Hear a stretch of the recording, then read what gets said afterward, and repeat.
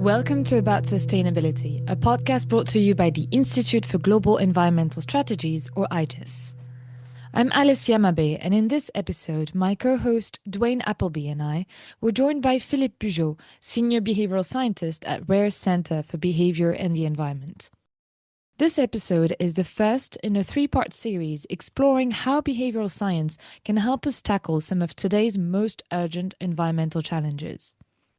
We discussed what behavioral science is, where it comes from, and how organizations like RARE are applying behavioral insights to real-world issues like plastic pollution, climate change, and conservation.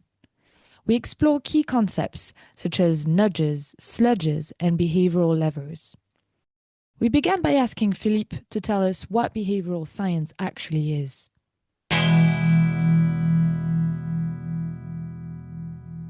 Essentially any field that is studying human decision-making, human action, and the different variables that influence the actions that people take. So nowadays, that means sociology, social psychology, economics, neuroscience, anthropology. But in the olden days, really not that long ago actually, 30, 40 years ago, that mostly meant economics. And the reason I bring this up is because that is actually what has shaped many of these strategies that we still use today for behavior change. So in traditional economic theory, essentially people's choices were governed by the costs and benefits of our actions. And so the assumption was that human beings in general were essentially maximizing the benefits of their decisions and minimizing the costs, and that anything that didn't align with that was considered irrational. And so that meant that we had very specific tools to change behavior. We could use material incentives like fines or bonuses, so essentially paying people to adopt specific behaviors. We could introduce rules and regulations, so mandates, really designed to kind of stop people from doing certain things or enable people from doing certain things. Or we could use information. And that was a typical tool because us as environmentalists cared about specific things. And so we assumed that if we gave people information about these things, they would also care and change their behavior. What we now know today is that economic theory is not the be-all and end-all of human decision-making, and we've really incorporated a lot of different theories, a lot of different findings from other fields into what is called behavioral science. So starting in the 50s, when we started really acknowledging the fact that our brain is not infinite, it doesn't have infinite capacity, we have limits on our cognition, and that really governs a lot of thinking in behavioral science. It's what we call bounded rationality. So we are rational within limits, within our biological limits, really. Then in the 70s, we have people like Amos, Tversky, and Daniel Kahneman, who really started challenging a lot of the assumptions that were present in economic theories. So looking at things like how gains versus losses are perceived, how people might not weigh probabilities and uncertainty equally. And that was very, very important. And then it's the 90s, we see a few findings, but it's not until 2008, really, where the book Nudge was published, that really this new way of thinking about decision-making kind of enters the mainstream. So Nudge was all about how we can change little contextual things in the environments that people live in that really govern our choices. And so we're able to essentially influence people's choices unconsciously.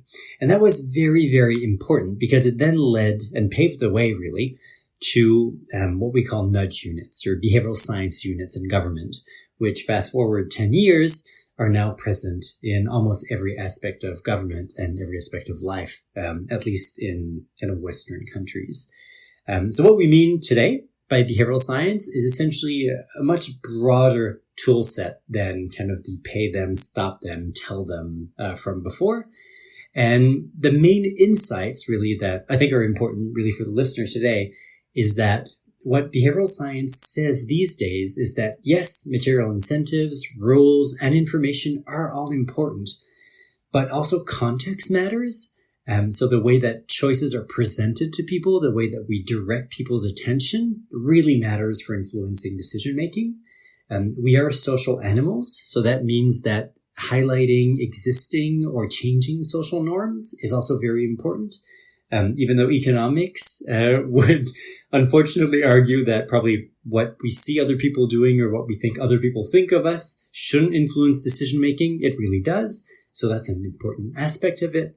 And then the final insight that kind of rounds it all off is that emotions are often much more powerful than reason, than those material incentives, than the rules and regulations, than the information. The way we feel really matters when we're making decisions. And so modern decision science or modern behavioral science really incorporates all of these insights and kind of puts them together into different frameworks that we're able to use. Could you share some concrete examples of how behavioral insights are being applied in practice, perhaps across different fields? Behavioral science, although kind of applied behavioral science, I would say really entered the fray and kind of the mainstream in the 2010s. It really did so initially around kind of finance and public health. So those two fields are really the ones kind of at the forefront of applying behavioral science and about thinking about how people actually make decisions, how could we reframe interventions, different policies. They're really leading the pack. Then you'll have public health popping up, development, and actually environment is kind of at the tail end of this. We're lagging behind quite a bit. Climate change has done incredible work looking at all the different levers that are influencing human decision-making beyond just economic decision-making. But things like conservation, plastic reduction, we're still way behind what other fields are doing. So we're still relying mostly on the theories of the past, such as economic incentives, so really just markets. And there is also this other theory that I would say kind of plagues us, unfortunately. And I think that's because we're all kind of experts in different topics, and that's information deficit theory, which really relates to the idea that all of us are in this field because we care about specific things, right? So conservationists, environmentalists, we are interested in these topics, and we do our job best when we get more information. And for some reason, because that's how we do our work, we also assume that a lot of behavior change is inherently a lack of information. So in conservation, in environmental work, there is still kind of a focus on either providing more information to people, which we now know isn't always the solution to behavior change, either market incentives, more like we used to do, but very little in terms of looking at all the different drivers of behavior that we should be looking at like other fields are doing. And could you also walk us through how RARE came to integrate behavioral science into its work? Yeah, so RARE has been around for 40 to 50 years now, and we primarily were a social marketing organization. So we used to work on species conservation, doing what was called pride campaigns at the time, which was really to help facilitate pride of communities in conserving specific species. So we'd work with getting people to recognize and be prideful about conserving a specific parrot or tigers and things like that. And they did that for around 40 years. And then in 2017, they started looking at the broader field of applied behavioral science that was growing, talking with other, what we call nudge units or different behavior change organizations. And they really decided to bring that rigor of applied behavioral science to the rest of the organization. So they founded the Center for Behavior in the Environment, which is the unit or the internal think tank, if you want, that I'm nestled in. And our role is to really bring evidence-based behavior change or applied behavioral science evidence to the work that RARE does and to anyone who wants to work with us on different projects.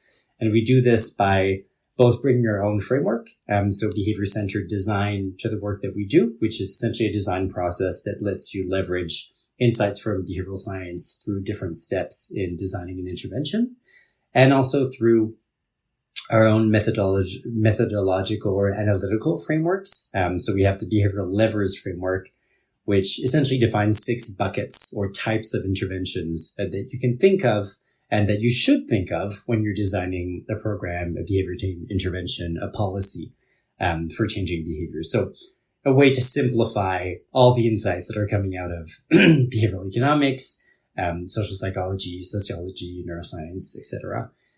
So we have those two frameworks, and now we apply them to environmental issues around the world.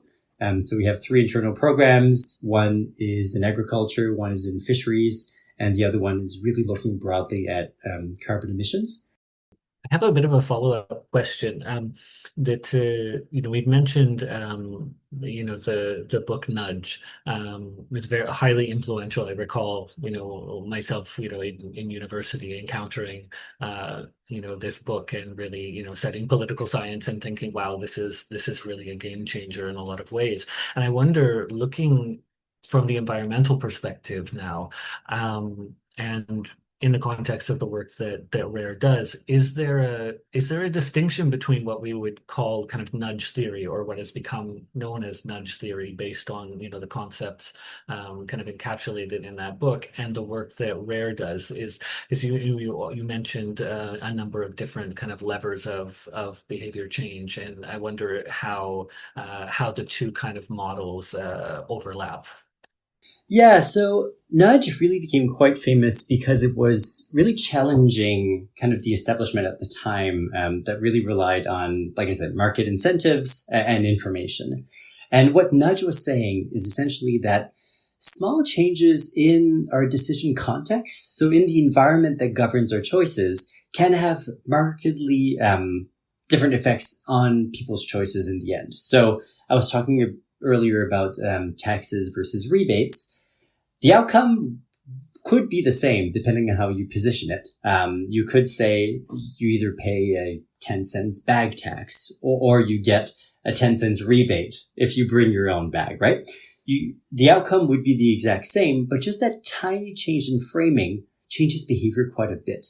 And that's really what Nudge was about. It was showing economists, politicians, policymakers that, hey, not everything actually has to fit into this more, I guess, explicit bubble of levers that people used to think about. So we had material incentives, so economic incentives. We had rules in the past, and we had information that we could very directly think about. But then what Nudge did was open up this whole door of more implicit levers, or levers that are not directly observable in people's minds. And that opened the whole door to other fields that were looking at the role of, for example, emotions, of social norms, of, in this case, Nudge, we call this choice architecture. So the way that we design the choice environment for people. And all of these things really, really matter for decision making also. So that kind of opened up the whole spectrum of different tools that we have to help influence people's decisions. So at Rare, for example, we have our own toolkit, which really describes kind of most of the tools in the behavioral sciences. And we split them up into 6 categories. So we'll have material incentives, which are kind of the more traditional costs and benefits that taxes would impose, or different fees or bonuses. Then we'll have rules and regulations, which are typically more policy oriented. So the different things that governments will enforce. We have information, which is still very relevant. So these 3 things are the traditional levers that we think about. But then we have more behaviorally informed levers, which are then these emotional influences. So thinking about how you frame a message, what emotions it will convey, how people will feel about specific things. We have social norms. So what people are seeing other people do, or what other people think we should be doing, are very important. And so we have this as a separate lever. And the final one is choice architecture. And that really relates to that nudge specifically. So nudge is very important, but there's so much more now in the behavioral science toolkit.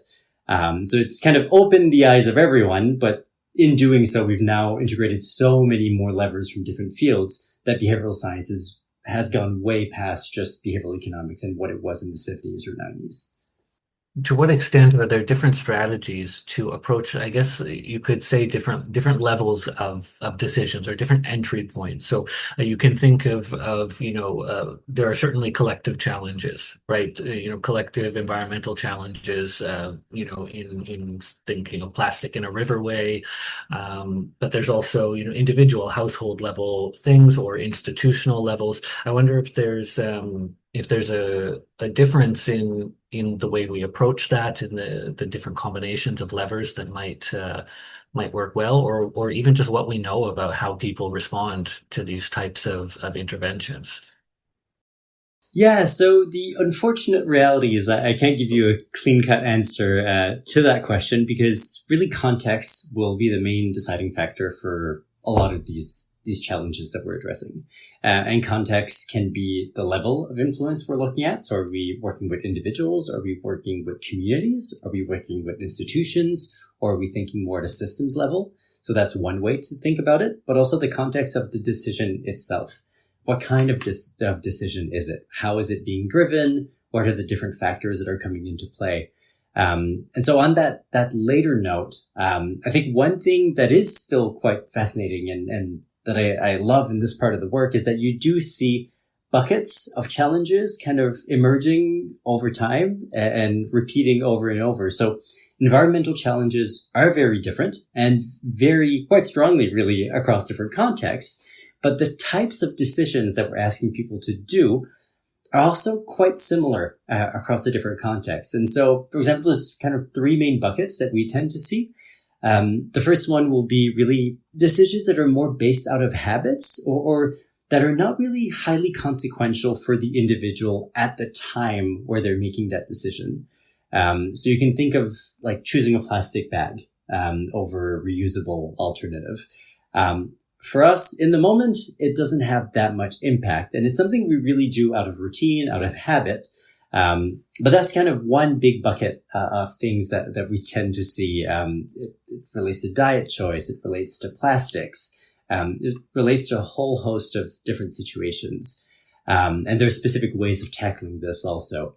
The second one that we see is often kind of the opposite of this one. It's high consequence, uncertain behaviors. So things that people don't do often, and that are kind of really surrounded by a lot of risk and uncertainty, very often tied to kind of their livelihoods or big financial decisions.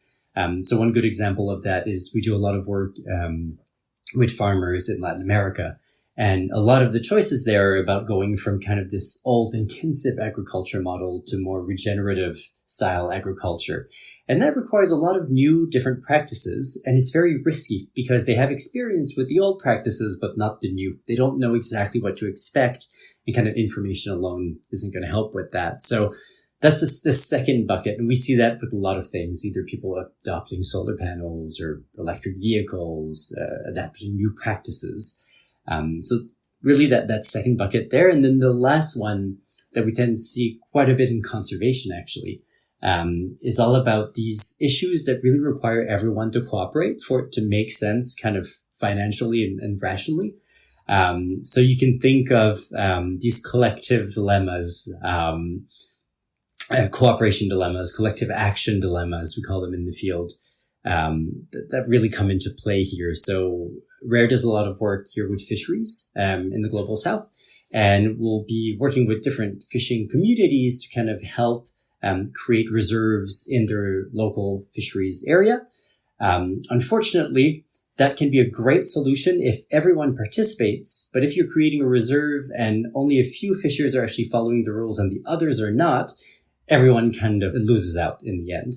And so you really need everyone to be participating for the solution to make sense for everyone. And that would really be the third bucket. So, these decisions where unless you get everyone or kind of a significant amount of a community, an institution or a system to participate, then your solution just does not make sense. Whereas in the two others, your solution still makes sense even if you're the only one adopting it. It's just that there's other barriers that are coming into play.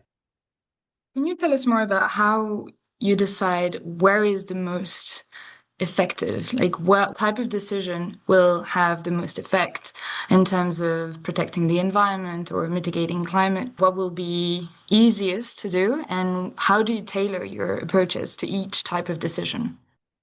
The good news on that front is that since we're behavioral scientists, our expertise is on behavior. not necessarily on the impacts of all of these behaviors. And the reason I say it's the good news is because you're not putting all of your eggs in one basket. There's not one person that is actually having to have the expertise on everything. And so for a lot of our projects, we're actually working with ecologists. We'll be working with different natural scientists, essentially, that are the experts on what are the best practices that people should be adopting. They'll be consulting with local communities on what the local communities want to be doing. And they'll be selecting essentially what is that new behavior, that new choice, that new practice that people should be adopting. And that's when behavioral scientists most likely will come in. That's when we at RARE will usually come in. And it's really once a behavior has been selected, how do we then make sense of it? How do we ensure that people are willing to do it? How do you encourage people to do it? And that's when our expertise will come into play. So we have a set of people that will be working with the communities who are the experts really in their area, and also academic experts more on kind of the natural science side of things that will help pick those practices. Usually we'll work also with policymakers to see what makes the most sense. And then we'll come in once that has been selected to really understand kind of what are all the different motivations, motivators and barriers for a specific choice in that context. So everyone has a role to play, and really that's how we're able to maximize kind of everyone's potential, at least within the organization.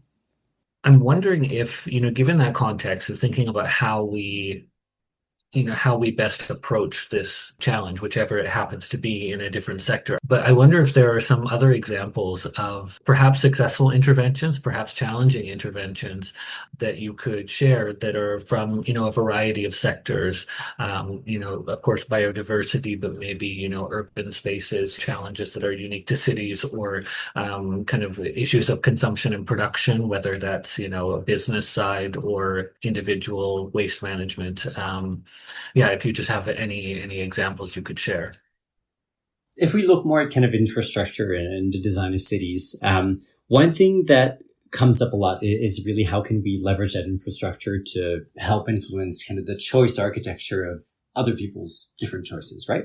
And when it comes to plastic waste, just waste in general, there's actually quite a lot of work being done on that, because as much as we would love information and, again, fines to change behavior when it comes to plastic and waste, actually a lot of choice architecture, emotion, social norms are going to be the solution to most of our problems. And so a really interesting intervention that was done actually in Copenhagen was looking at how can we guide people towards existing infrastructure in a way that kind of just fits into their existing habits, as opposed to having to create a whole new set of behaviors. And it's going to sound overly simplistic, but it had a great effect. And they just put little green footsteps on the pavement that guided people from kind of high waste consumption areas to where they could dispose of the waste. So literally green little footsteps that led people to bins. And that had a massive effect on reducing the amount of littering in the cities. And there's tons of different interventions that actually rely on choice architecture, but have the most effect using kind of these habitual processes. Another way that different groups, different governments can actually influence behavior quite significantly is through what we call defaults. So changing kind of the status quo behavior, or what is typically recommended, what is the path of least resistance for a behavior. And a great example of this would be when people are signing up for different kind of electricity providers. Some countries, Switzerland, piloted this actually, where they're trying to set the default to the most environmentally friendly electricity price. So when you're looking for different electricity plans with a provider, you'll have 3, 4, 5 different options. And if you think of it as like an online form, you have different boxes. Well, one of them will be pre-selected, usually the most environmentally friendly. And that's enough to actually influence a lot of people to stick with that decision, because it aligns essentially with people's intentions. If I can jump in quickly and just say that when you were mentioning, I think it was in Copenhagen, the kind of green feet on the ground, what immediately came to mind for me was what I've experienced in many retail locations, that larger companies use this to kind of guide you to where they want you to go inside their store. And so I think it's interesting that the similar methods are being used. In one case, it's being used successfully to help us consume more, which may or may not be a good thing, probably a bad thing. But on the other hand, it's, in Copenhagen, it's being used to help us to figure out how best to, waste segregate, dispose of our waste in a responsible way, help with closed loop efforts, reduce plastic use, and so on. It's interesting to see how, the kind of the same behavioral insight is put to use in different ways, by different actors within the system. Definitely. And actually that's something worth bringing up. A lot of the system, like you're saying, is actually created already to kind of lead to more negative environmental outcomes, really. So high consumerism behaviors, and the systems are built for that.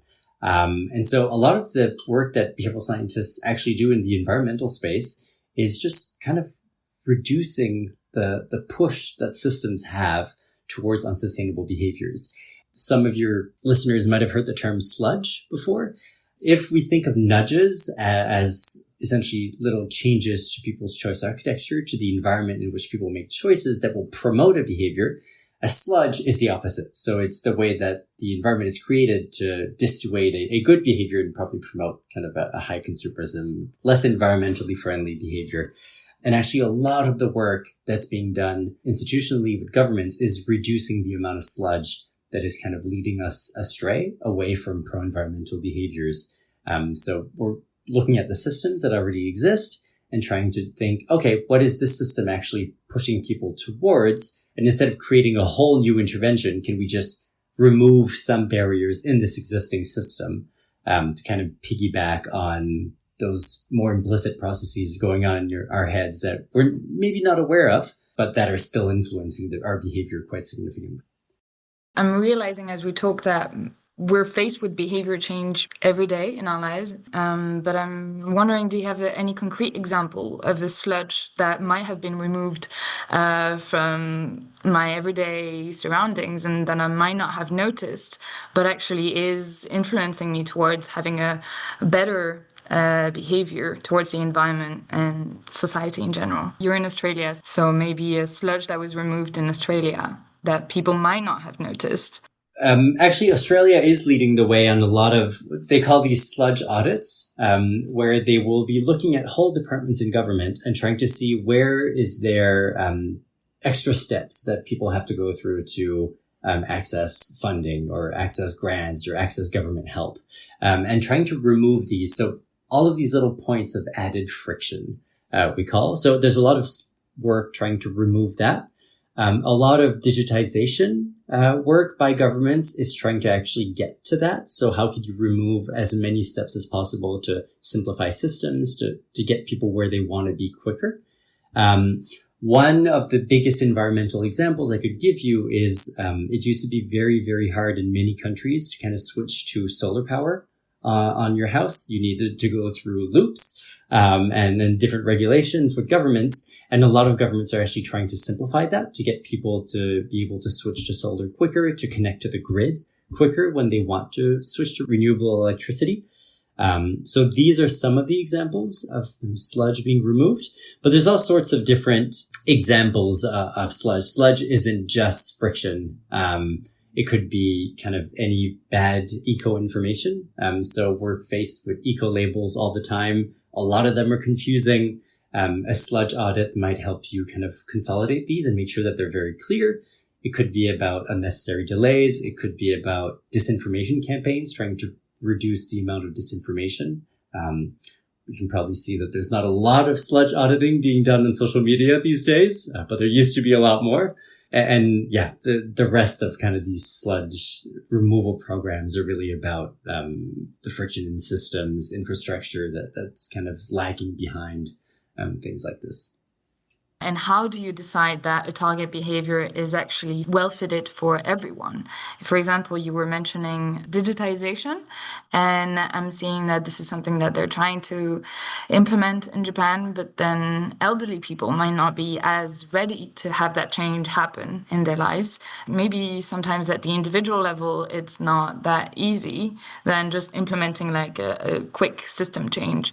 So I feel like this is a huge wall that we're faced with when we're dealing with behavior change, because people are not ready to change their habits, or they're not ready to invest into maybe like solar panels, or like they feel like this is a huge investment. It kind of goes back to those three main buckets of types of decisions that we were talking about earlier. So depending on what you're trying to change, you'll want to use very different strategies, or what we call levers, to change those behaviors. So let's say you're talking about digitization in Japan. In this case, what is that digitization affecting? What kind of habits is it changing? And is it kind of feeding into the way that people were already doing their behaviors? Is it something new entirely? Is it something that people have to do? A lot of the time when you're doing a kind of a behavioral audit, or going through this design process, trying to think of an intervention to encourage a new behavior, these are all different things you'll be looking at. So who are your different audiences? What are they currently doing? What are the audiences that are probably fine without an extra intervention? What are the ones that you will need extra intervention with? All these different things. And I have to say, a lot of the time, quite controversially, if people are not adopting a new behavior, it might just not make sense. And that's something that we do tend to still forget. Even with behavior change, we think, oh, we'll be able to use emotions, social influences, or nudges to kind of fix the behavior. But if it doesn't make sense rationally in the same ways that we used to quantify behavior, so does it make sense economically? Do people have all the information that they need to do it? And kind of does it align with existing rules? It will still fail. So you really need to be looking at the entirety of the barriers and motivators that are affecting kind of someone when they're looking at changing their behavior. So you said maybe a lot of the time we don't know if a behavior change makes sense. How do you know before you scale? How do you know at the design, when you're designing the intervention, that this will be an actual behavior that will make sense for most people? So that would be part of the design process. So let's say I'll take the example of Fish Forever. So Fish Forever is one of Rare's internal programs that works on fisheries. And we're in 8, almost 12 countries now. And the main behaviors that they'll be promoting are different based on the context, but they all relate to helping fisheries kind of manage their own local waters. So helping people set up managed access areas where only local fishers are allowed to fish, and then set up reserves where fish populations would essentially bounce back from. And that is kind of the natural science solution to a lot of things. But then when we're actually looking at the system, we need to think, okay, well, will a reserve make sense for people?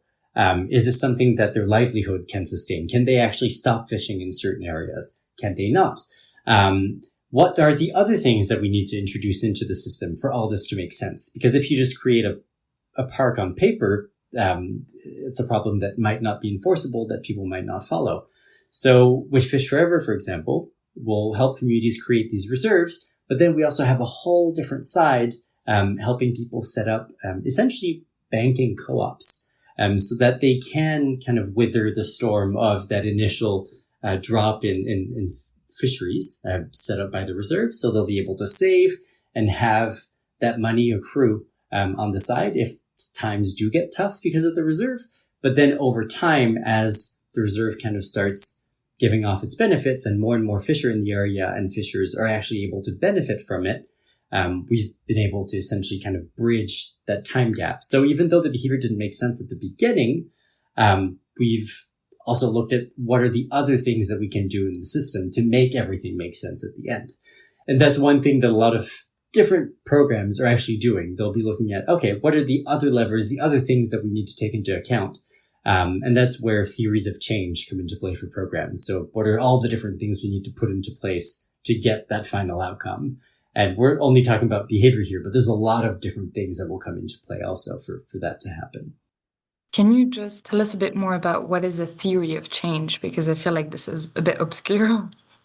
As part of the Rare design process called behavior-centered design, one of our main outcomes will essentially be a theory of change, where you create a program with a key environmental outcome. In this case, you have defined the behaviors that you need to achieve to hit that outcome. But you'll also be thinking about what are those psychological, those social, those systematic things that have to change, those barriers and motivators for behavior to then lead to that behavior, to lead to that outcome. And then you'll create interventions that will feed into this. And so it's a different way of thinking about interventions where most people will usually think, okay, we want to achieve that outcome. Let's think about an information campaign or a social marketing campaign. We really work backwards through things and create a theory of change. So it's a causal pathway, if you want, a hypothesis that's set on paper, and you can actually validate it. So did your intervention actually lead to that change that you think is necessary to lead to behavior change, which will lead to your outcome? And each step is actually something you can test and you can look at and make sure it has succeeded and it is proving true. And so that's what we mean by a theory of change. And it is usually the outcome of most design processes that are being used in behavioral science, but it is often something that we see lacking actually when you're looking at different programs doing behavior change because they don't have that clear chain. And so when things don't work out, they don't know exactly why, and they're not able to diagnose why something might have gone wrong. So you outlined this theory of change that kind of walks us through from, stating the objective and then, the behaviors that will help achieve that objective, and then going a step back and saying, what are these, psychological or psychosocial states that are required to bring about those behaviors, and so on and so forth. And it's really interesting from I guess the project management perspective that quite often when we look at monitoring and evaluation, we almost look at it in the opposite direction, and so it's a really interesting exercise for practitioners to sit down and think about it and come from this different perspective. And so I wonder if there's anything you can say about the value of taking this perspective. What's the value add for a project developer or an implementer, community organizer, local government, what have you? Definitely. So I'd say in environmental work, actually, probably one of the biggest shifts that behavioral science is having is kind of that reframing of thinking through programs. Because yes, there are a lot of theories on behavior change, and actually conservation, climate change. We have been good at looking at a broad base of theories for the last 10, 20 years. What behavioral science is helping is putting everything into a framework that you can use to kind of think through it systematically. And so these theories of change are one example of that. And they're also a good example to think through how we're deploying our programs to make sure that we're doing it conscientiously. So when you're actually applying an intervention, we want to make sure that intervention is leading to a specific psychosocial state change that leads to a specific behavior change that leads to a specific outcome. And in a way, it actually reframes the entire way that we do approach program design, because you're not actually building from the intervention, you're building from the outcome and going backwards. But it also opens up the whole door to different ways of funding these interventions or essentially validating our interventions. So whereas a lot of environmental work used to be about, okay, we've pitched that we're going to be doing 15 social marketing campaigns, or we're going to hit 200,000 likes on Facebook, something like this. Now we can actually try and pitch these psychosocial state changes. So these changes in psychological, social, or kind of structural variables. So instead of saying, okay, we're doing X amount of social marketing campaigns, we can start thinking it in the sense of, okay, have we actually changed social norms or perceptions of social norms for people? And so you don't have to do 10 social marketing campaigns. You can do 8 if you only need 8 for a majority of people to think that most people are doing your target behavior. Or you might need to do 12. And that's okay because you're actually tied to your kind of psychological indicator as opposed to your monitoring indicator, which is usually how we think of program design. Well, I wonder then, I mean, thinking about that in terms of, as you said, you can set these parameters and then check on your success, and you think about reporting to if it's funders or it's government, or government is implementing a program on their own and they need to be accountable to the taxpayer. How does this type of framework lend itself to that monitoring and evaluation aspect? Like, can it be, is it very qualitative? Is it quantitative? Is there something that can be said about the rigor of being able to capture the results of a behavior change intervention? Yeah, so behavioral science for better or for worse, actually typically requires both qualitative and quantitative work. So you'll need a lot of qualitative work to understand the specifics of the context you're working in, because obviously behavior is messy. People are messy. You want to understand the complete context in which a behavior is taking place to be able to best deliver kind of your recommendations and the insights that you have to share. So a lot of qualitative work goes into play. A lot of quantitative work also goes into this to try and quantify essentially those insights. So if you think a lot of people are perceiving that the norm is not a line, you still want to be able to quantify this and understand how many people are actually thinking this. And that's very important in the initial design bit, but it then is also extremely important at the end. And that's another thing that applied behavioral science really kind of brings to the field. It's this mindset of evaluation, because it comes from all of these old academic fields that were very focused on measuring change. So changing one variable and kind of testing in an experimental setting, what will the outcome of that be? And so a lot of these new frameworks of applied behavioral science actually bring this into the real world. So we'll be using a lot of qualitative, quantitative insights to be creating our interventions, but then we need quantitative and qualitative data to actually be able to do what we call causal inference, or essentially understand the impact of our work, see if it has worked, if it hasn't worked, and actually do proper evaluation of this in a more rigorous way than what has traditionally been done. Especially in environmental work, very often we tend to just look at what was there before and what was there after, but so many things change over time. Just think of how our perception of climate change has changed in the last 5-10 years. And that's usually the length of a program. So unless you're doing rigorous evaluation, you don't know, is the change you're seeing because of the work you're doing or just because society's changing? And that's one of the things that applied behavioral science is bringing. It's this mindset of experimentation, of properly evaluating programs to really understand, is the outcome that you're seeing because of the behavior you've changed, because of these psychological, social, or structural states that you've changed because of your intervention. And that is really the chain that wasn't there before, that I think has been the biggest revolution in applied behavioral science for environmental work. So maybe we could, turn to considering behaviorally informed policy. And I wonder, to what extent do you see that so far as a success? Is it gaining momentum? Are there particular challenges? I think we've often seen that many policies, especially at the national level, tend to be very top down, whereas at the local level they might be bottom up. So I mean, there are different approaches and strategies here. But in general, what's your take on behaviorally informed policy at the moment? Essentially, the beginnings of kind of applied behavioral science was in government, and it was to inform policy. So actually, there is great behavioral public policy being done out there, and there are behavioral scientists being put at all levels of government. In environmental work, a lot of the work is actually driven by NGOs. So that's why we talk less of policy work and more about programs or interventions.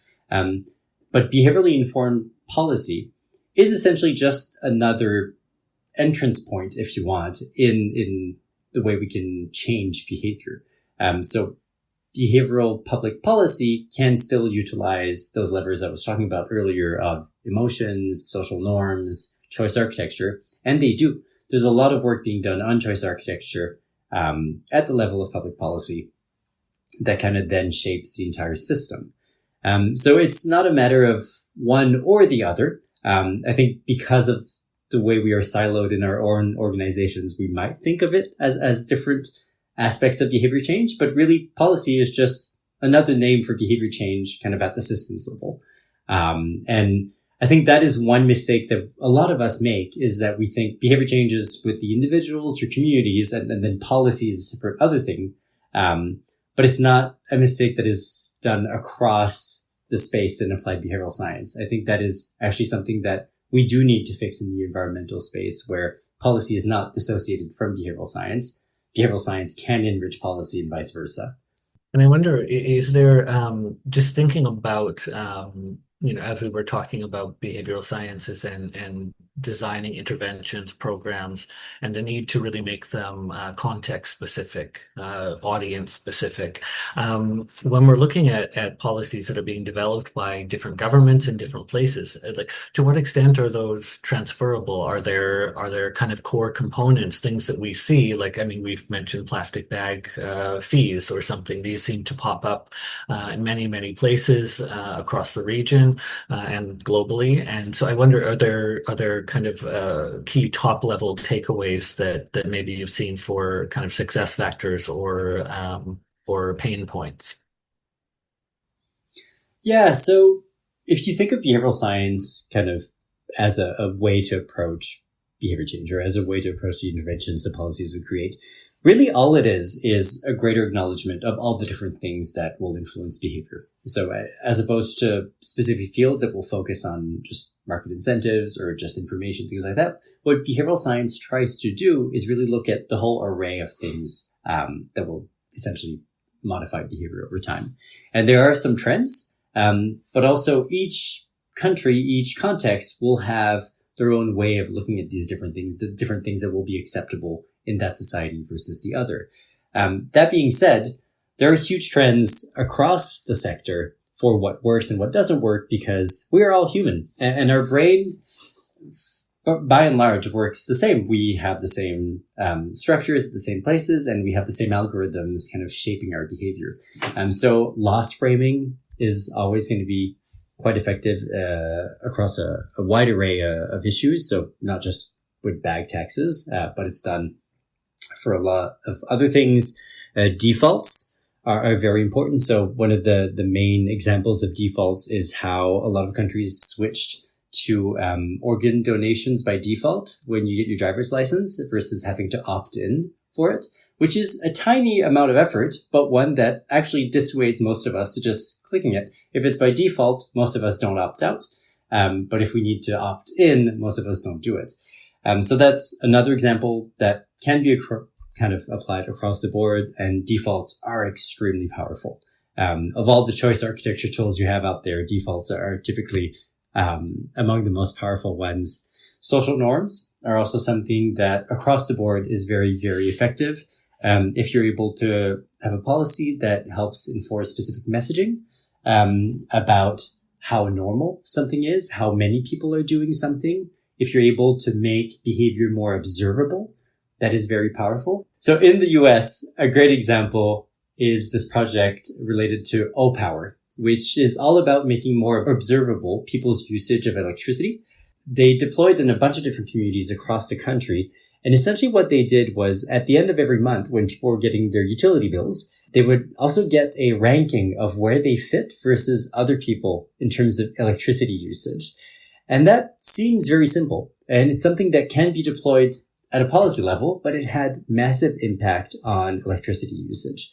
It's something that has been done, again, for water, that is being trialed for a bunch of different behaviors, but essentially being able to compare yourself to others and have the idea that others might be able to see what you're doing really helps influence behavior, because we are social creatures, and a lot of what we do really depends on what we think other people are doing or what other people expect of us. And that's a very key tool that policymakers can use.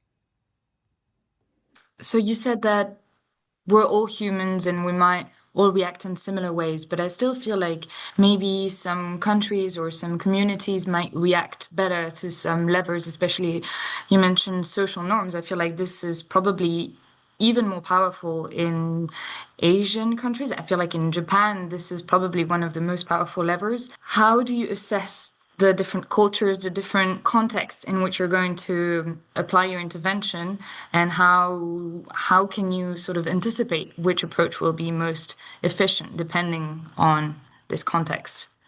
Yeah, so that will all be done in the initial research that we'll do.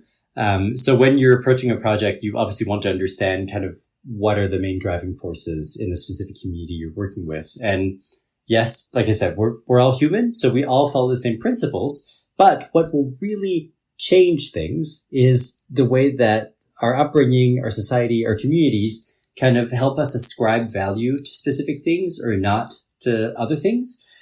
So we can think of it as I don't love this dichotomy, but a lot of people use it where we're talking about collectivist countries versus individualistic countries, right? And there's a lot of debate around this, but essentially if we just take the principle about what it means is that a lot of people in collectivist countries would react more strongly to kind of norm messaging, whereas that might be less relevant in individualistic countries. And if that's something that you're finding in a community where you're seeing that social norms seem to be a driving force here, then you want to probably leverage that in your behavior change intervention. If it's not something you're seeing in your initial research, then you wouldn't want to be essentially leveraging that. Maybe there's something else you can leverage. And so you can look at emotions, you can look at choice architecture, you can look at different incentives that might come into play instead. But that's essentially what your initial research would be telling you. And that's why you want to be following a design process that kind of works through each step. You want to make sure you're not missing anything. And what about the different types of messaging around the approach? Yeah, so again, that will tend to depend on kind of what is the behavior you're trying to change, what are the different drivers that are behind it. When we think messaging, typically what people mean is kind of emotional messaging or the intent that you have with messages. And obviously, at a simplistic level, we can think of gains versus loss frames. So saying something will be positive versus something will be negative will have markedly different effects. But even just the emotions that we're using are a bit more intricate than that and will have different effects. So having a message that's more about hope will have a different effect to a message that's about pride. So pride will tend to drive continued behavior. So if someone is already doing something well, pride will tend to kind of keep that going, whereas hope wouldn't, for example. You can try to engender anger. You can try to engender interest. I think a lot of us try to avoid more negative emotions in our messaging or more negative frames. And like I think shaming. Yeah, exactly. But that's and very powerful. But you need to know exactly why you're using it and when you're using it. You need to be very accurate in your intent, I guess is what I'm trying to say. So there has been seemingly a ban on kind of using negative messaging. And I think that's because it might have overused it in a lot of contexts where it wasn't necessary. But if you're very full of intent, essentially, with the emotions that you're trying to engender, then you're much more likely to succeed in your messaging. Why is there a ban on using negative emotions? Because I have seen so many messaging around like flight shaming, especially in Germany, a lot of shaming around certain types of diets, especially maybe more meat focused. Yeah, I understand it, but at the same time, I also get that it's not completely ethical. And I'm sort of having a hard time balancing how much do we want to shame people because we want them to get to a certain behavior, and but maybe just encouraging them or like making them proud about having a certain behavior is not enough because they're sort of restrained by a belonging, an identity that they've associated for so long with this type of behavior. So yeah, how do you balance that? Yeah, no, definitely. I think that's one of the main actually trade-offs that kind of happens in environmental work, especially. And that's something that other applied behavioral science fields don't necessarily have. And that's because we have a odd dual mandate where like public health is essentially trying to make people healthier, which is good for people. Very often we have a mandate to protect the environment, which doesn't always align with protecting people. It is a trade-off that we have to find in the middle. And there is no right or wrong answer.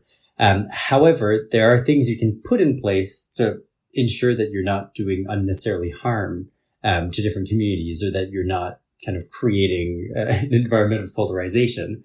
And so a lot of people are looking at co-design approaches where you're really working with the communities that you are trying to influence to think, okay, these are the different levers that we can be utilizing here. These are the different approaches that we might want to be looking at. Maybe it's social norms, maybe it's material incentives, maybe it is choice architecture or emotional messaging. But you really want to be working with the communities to understand how would they perceive this? How is this going to actually influence behavior? Is that something that they want to be saying? Is that something that they want to be doing? And I think that's more the answer than a blanket ban on yes or no, because the community might be completely fine with some of the issues. But again, no one will ever be 100% fine with either kind of, we do everything or we do nothing. So it is always going to be a trade-off, and that is the inherent kind of difficulty within environmental work. It is value-based. And so it's just a matter of making sure that we are looking at the values of the people that are really the target of our interventions, as opposed to our own values as economists, environmentalists, the people who essentially will not be impacted by these interventions. So I'm wondering, I guess, for our listeners, if there's anyone listening who is interested in integrating some of the behavioral insights, lessons from the behavioral sciences into their work, whether it's in, conservation work we've talked a bit about today, if they're working on cities or climate mitigation, what are some kind of takeaways that you'd like them to leave the podcast with today? And if there's any resources that you would want to point them towards? Yeah, so at the risk of overgeneralizing, given how you've described your listeners, I think most people listening right now would probably fit the category of someone who broadly changes behavior or helps on behavior change to some level. And so I think that automatically should mean that we need to be looking deeper at what are the latest theories on behavior change, what does applied behavioral science mean, how we can integrate that into our work to make sure that we are the most effective at changing behavior as we can. And so that would be, I guess, the thesis here. But there are solutions. Don't worry, it's not just a problem. And there are resources everywhere these days, especially when you're looking at applying behavioral science in conservation. So RARE is a great organization to start with. You can go to behavior.rare.org, which is our resource and community of practice to get everyone kind of on board with what behavioral science means. But we're not the only ones. There's other organizations out there. There's Traffic. There's the Nature Conservancy. You can look at the Behavioral Insights team. We're all on the same side here. We're all trying to do good and be more effective at behavior change and do it in a way that respects the people we're working with. So I want to encourage everyone to, doesn't matter who you're talking to, as long as you are doing it in a systematically rigorous way. So yeah, if anyone wants to reach out, always happy for them. I'm guessing you'll put my details somewhere that people can reach out to, but also go have a look at behavior.rare.org. It's a great place to start. Thank you for listening to About Sustainability. Please subscribe at podcast.iges.jp or search for About Sustainability wherever you normally get your podcasts. If you've got feedback, you can review us on your podcast directory of choice or reach out on Twitter at IGES_EN. About Sustainability is produced by the Institute for Global Environmental Strategies. Any views expressed during the podcast are those of the speaker at the time of recording and do not necessarily reflect the views of IGES. Thank you for choosing to spend your time with us. We don't take that lightly, and we hope you'll join us next time.